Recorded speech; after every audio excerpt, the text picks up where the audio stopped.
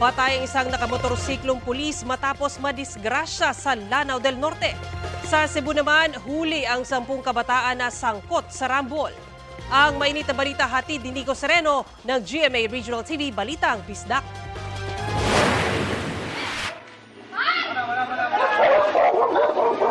Nauwi sa rambol ang pagsasalubong ng dalawang grupo ng kabataan sa gitna ng kalsada sa barangay Poblasyon, Liloan, Cebu. Natigil lang ang gulo nang may dumaan na isang sasakyan na panay ang busina. 8 lalaki at 2 babae ang naaresto. 3 sa kanila ang mga menor de edad. Lumabas sa investigasyon na una nang nagkaalitan sa inuman ang mga sangkot dahil sa hindi pagkakaunawaan. Inihahanda na ang reklamong alarms and scandals laban sa mga nahuli. Patay ang isang magsasaka matapos mabangga ng SUV sa Cebu City.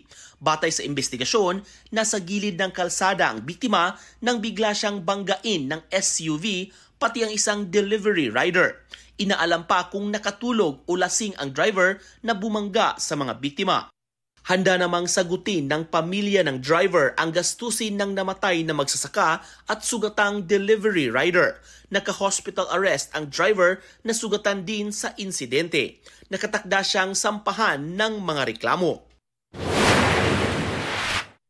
Patay ang isang pulis matapos madisgrasya sa Kulambugan, Lanao del Norte.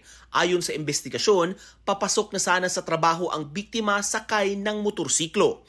Posibleng hindi raw namalaya ng biktima na putol ang simentadong kalsada. Nabagok ang kanyang ulo. Dead on arrival siya sa ospital.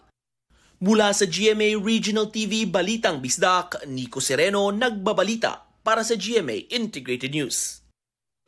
Kapuso, para sa mga maiinit na balita, mag-subscribe sa GMA Integrated News sa YouTube.